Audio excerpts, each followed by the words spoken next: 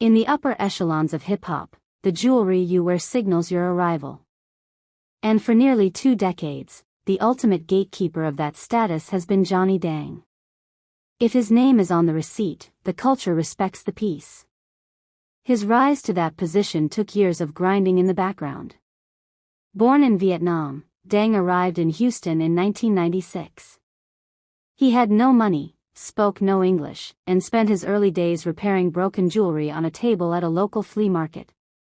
Through pure skill and networking, he pivoted into making custom grills, right as the genre embraced heavy, iced-out aesthetics.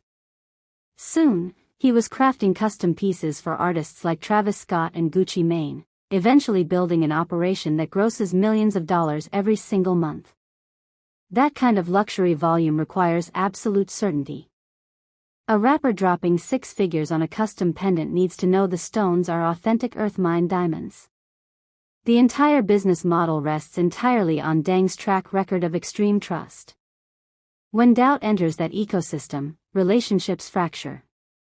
Accusations of fraud don't simply bruise an ego. They threaten the core of a $20 million a month cultural institution. Recently, that exact doubt flooded the internet. Across social media, a coordinated wave of viral posts suddenly claimed Dang had been raided by police for selling fake jewelry to top artists. These attacks weaponized highly convincing AI deepfakes. The videos synthesized his exact voice, his specific mannerisms, and his accent, engineering a crisis designed to look perfectly credible to anyone scrolling their phone late at night. Dang immediately recognized the danger and bypassed a standard Instagram Notes apology. Instead, he went on live Houston television, sitting directly next to his attorney to address the claims. He laid out a calculated defense. He pointed to the AI technology and framed the entire deepfake campaign as the work of jealous competitors, haters manufacturing fake news to tear down a self-made success story.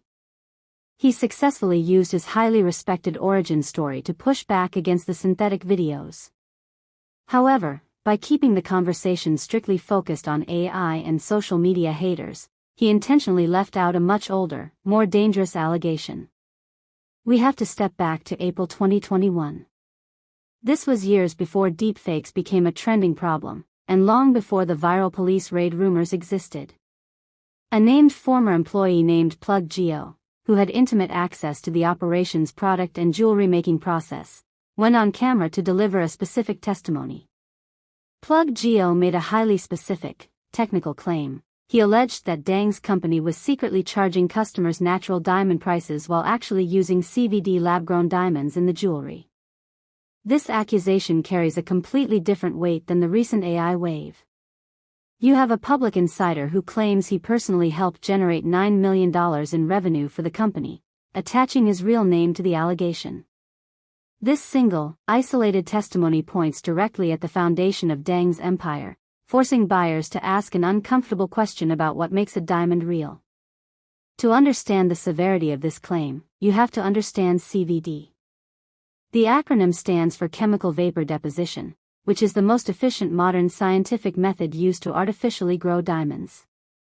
Inside a specialized vacuum chamber, a tiny diamond seed is placed under extreme heat. Hydrocarbon gas, usually methane, is pumped in. The heat breaks the gas down into individual carbon atoms, which bond directly to the seed, building a full stone layer by layer over a matter of hours. The resulting stone is chemically, physically, and optically identical to an earth-mined diamond. It registers a perfect 10 on the Mohs hardness scale. Because the crystal structure is exactly the same, standard testers used by most jewelers cannot tell the difference. This chart shows the dramatic drop in market value for lab-grown diamonds over a 5-year period. Because the manufacturing technology became so incredibly fast and cheap, the price of a CVD diamond plummeted by 74% between 2020 and 2025. If a rapper pays $300,000 for a custom chain expecting natural stones and receives CVD clones, the financial damage is immediate.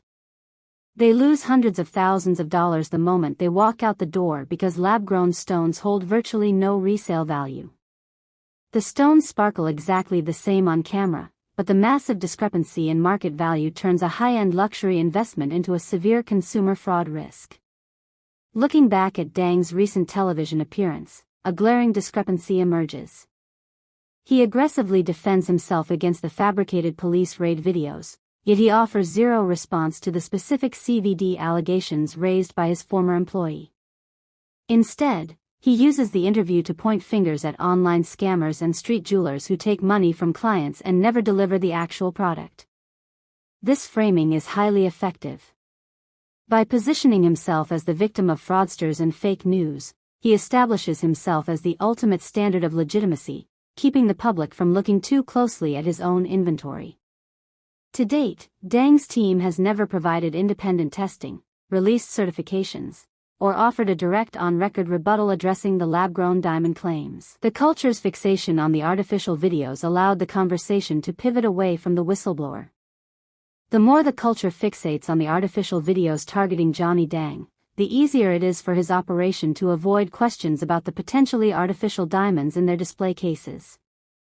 Fighting off a legitimate cyber attack is necessary, but it does not erase the need for accountability.